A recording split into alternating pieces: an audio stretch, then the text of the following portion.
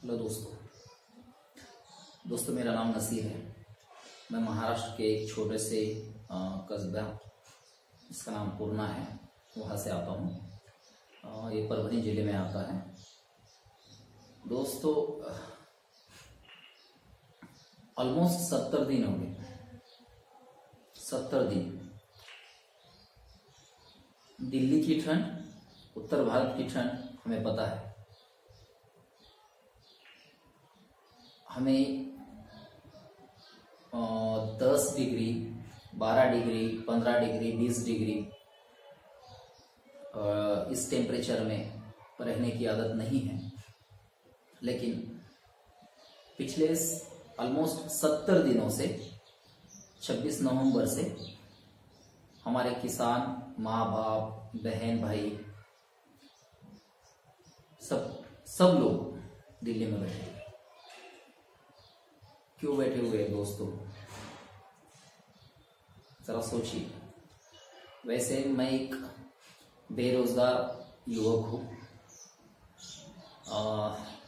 Education, qualification, ये सारी चीज़ें जिन जॉब्स के लिए ज़रूरी होती है उसके लिए है। लेकिन मैं आज मेरी बात नहीं करूँगा। मेरी बात मैं किसी और दिन रखने की कोशिश करूँगा। इससे पहले भी मैंने उसके बारे में बात की है। लेकिन आज ये जो मैं वीडियो बना रहा हूँ इसकी एक खास वजह यह है कि मेरी तरह जो भी युवा छात्र है या बेरोजगार युवा है उन लोगों को तो ये बात समझ में आनी ही चाहिए। लेकिन इसके अलावा इस देश के, इस वतन के जो भी सच्चे देशभक्त हैं, फर्जी देशभक्त तो हमने बहुत देखे हैं।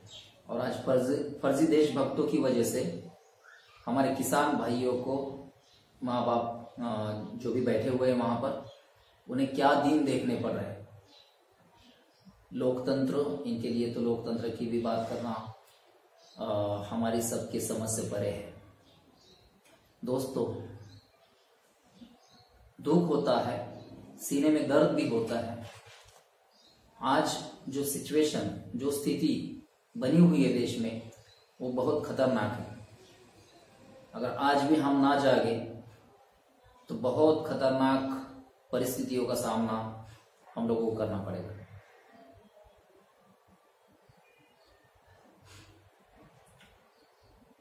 दिल बहुत ज्यादा आहत होता है आज की परिस्थिति देखते हुए। दोस्तों अदानी और अंबानी जैसे लोग अगर इस देश को चलाने लग गए या फिर उन्हीं के हाथ में इस देश की पूरी सत्ता दिखाने के लिए, देखने के लिए अमित शाह, मोदी या बीजेपी एक नाम है। वैसे तो ये लोग संघ का हिंदू राष्ट्र बनाना इनका एक मकसद है। दोस्तों ये देश, ये वतन जो है हम सबका है। यहाँ पर हर किसी का खून यहाँ पर मिला हुआ है।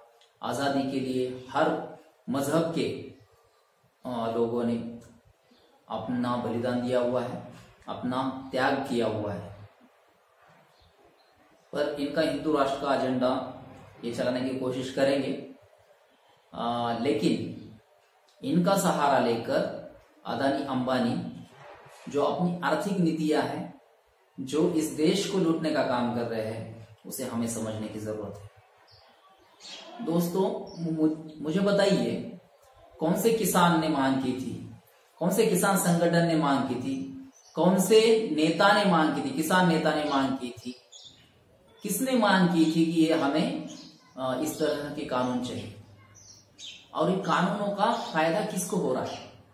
कौन इससे, मतलब इसका फायदेमंद कौन होगा? किसान। बुद्धू बना रहे हैं, उल्लू बना रहे हैं हम लोगों को। अदानी, अंबानी जैसे लोग ये कई हेक्टर जमीनों में अपना गोदाम या बड़े बड़े टैंक्स बनाकर तैयार है। किसानों की जमीनें हड़पने के लिए तैयार है, किसानों का उपजा अनाज हड़पने के लिए तैयार है। मैंने इसके बाद पहले भी 3 किसान जो कानून बनाए हुए, इसके बारे में पहले भी बात की है और बहुत सारी जगह पर इस पे बोला गया है। मैं इसके बारे में अभी नहीं बताऊंगा, लेकिन इतना बताऊंगा कि ये तीनों भी जो कानून है ये सिर्फ अदानी अंबानी के लिए बनाए गए हुए हैं और हम लोगों को आंखें खोलकर, अपना दिमाग का दरवाजा खोलकर समझने की जरूरत है। ये देश जो है किसी एक व्यक्ति के लिए बना हुआ नहीं है या कुछ पूंजीपति लोगों के लिए बना हुआ नहीं है। ये जो देश है, जैसे अन्नाभाऊ साठे कहते हैं कि ये जो देश है ये किसी शेषनाग के इस पे फन पर बना हुआ नहीं है, खड़ा हुआ नहीं है, तो ये मजदूर किसानों के हाथों पर, पांव पर खड़ा हुआ है, बना हुआ है। तो बिल्कुल दोस्तों, हम लोगों को बहुत ही गंभीरता से सोचने की जरूरत है। हमने हजारों लाखों जाने गंवाई इस आजादी को पाने के लिए और यहाँ के लोगों के हकों को पाने के लिए बहुत बड़े बड़े लोगों ने अपना जीवन त्याग दिया है, अपने जीवन को एक अलग तरीके से जिया है ताकि हम लोग अच्छे से जी सके। डॉक्टर बाबा साहब अम्बेडकर, महात्मा फुले और सावित्रीबाई फुले, शाहू महाराज, बहुत सारे लोग हैं, शिवाजी महाराज, जिजाऊ, अन्नाभाऊ साठे, भगत सिंह और उनके क्रांतिकारी साथी, महात्मा गांधी जी और उनके सभी साथीदार, कांग्रेस हो, कम्युनिस्ट हो, ये सभी लोगों ने अपना बलिदान इस देश के लिए दिया हुआ है। लेकिन जो लोग हमें आज देशभक्ति का पाठ पढ़ा रहे हैं उसमें से कौन था, कौन मुझे लगता है एक थे स्वातंत्र्य वीर सावरकर जी ने कहा जाता है। क्या सच में वो स्वातंत्र्य वीर थे? मेरी ये टिप्पणी कुछ लोगों को रास नहीं आएगी, लेकिन आप खुद सोचिए उन्होंने कितने माफीनामे अंग्रेजों से दिए थे, अंग्रेजों को दिए थे। पेंशन के लिए भी मतलब उन्हें पेंशन भी दिया गया था उस जमाने में। ऑलमोस्ट आज के हिसाब से देखा जाए तो 1.5 लाख रुपए के आसपास वो पेंशन का अमाउंट बनता है। तो दोस्तों, वो एक उनकी विचारधारा के व्यक्ति थे, उन्होंने भी माफीनामा दिया। तो उन्हें वीर या स्वातंत्र्य वीर कहना कितना उचित है आप लोग ही सोचिए। चलो छोड़िए इस बात को, लेकिन मुझे ये कहना है कि देशभक्ति का पाठ पढ़ा कर टीवी पर हिंदू मुसलमान कहकर बाकी किसानों के जब हक की लड़ाई आ रही है, किसान अपने हक की बात कर रहे हैं, तो तब उन्हें देशद्रोही, आतंकवादी, खलिस्तानी, नक्सलवादी कहकर उन्हें उनके साथ जो बर्ताव किया जा रहा है। अब तो पुलिस भी और बीजेपी के, आरएसएस के कुछ गुंडे आकर उन्हें पीटने की कोशिश कर रहे हैं। ये सब हम देखते रहेंगे, खुली आंखों से देखेंगे।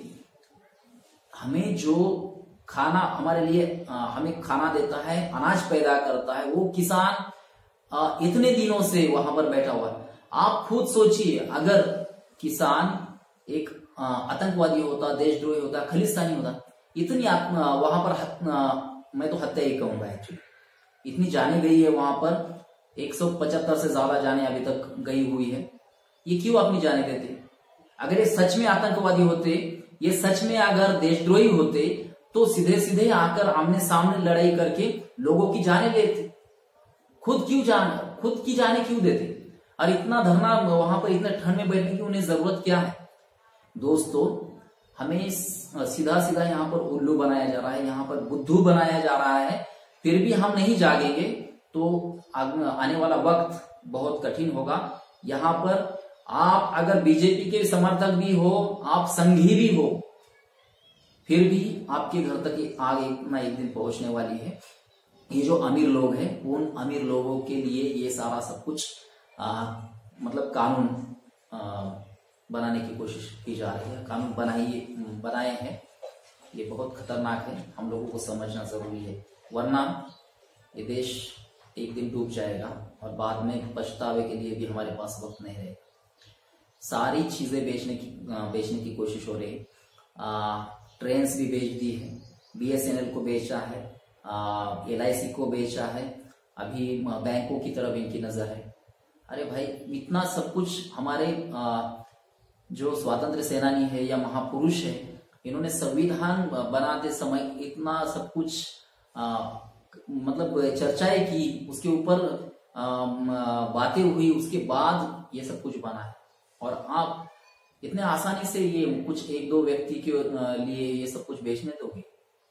जागो, अभी ना जागो तो कभी ना जाग पाओगे, और जब जागने की कोशिश करोगे तब कुचल दिए जाओ।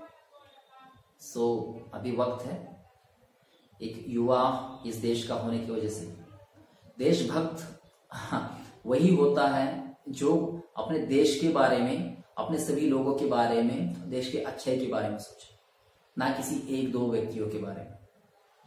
सो आपसे हाथ जोड़कर ये विनती है, अभी तो जाग जाए। अगर ना जाग गए तो बहुत मुश्किल दौर में पड़ जाओगे।